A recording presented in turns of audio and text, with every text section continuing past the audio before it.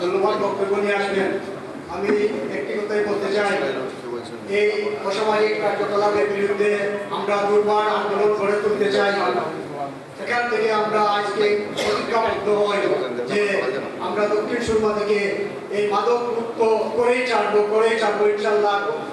মাদক মুক্ত করে আমরা এর আগে গড়ে ফিরে যাবো না, মাদক মুক্ত করে আমরা গড়ে ফিরে যাবো।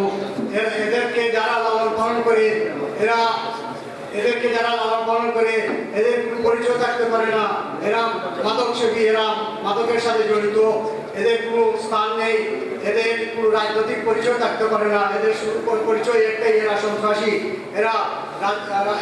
এদের পরিচয় একটাই, শুধু এর মাদক চোরাকের বাড়ি। যাই হোক, আমি আবার পরিষ্কার ভাষায় বলতে চাই, আমাদের মুরব্বীরা যে দিক নির্দেশনা দিবেন সেই দিক নির্দেশনা অনুযায়ী আমরা কুইয়ারতলাবাসী আপনাদের পাশে আছে, পাশে থাকবে, অতীতের ন্যায় আপনারা পাশে থাকবে এবং অসামাজিক কার্যকলাপের বিরুদ্ধে দুর্বার আন্দোলন গড়ে তুলবে। ধন্যবাদ। আসসালামু আলাইকুম।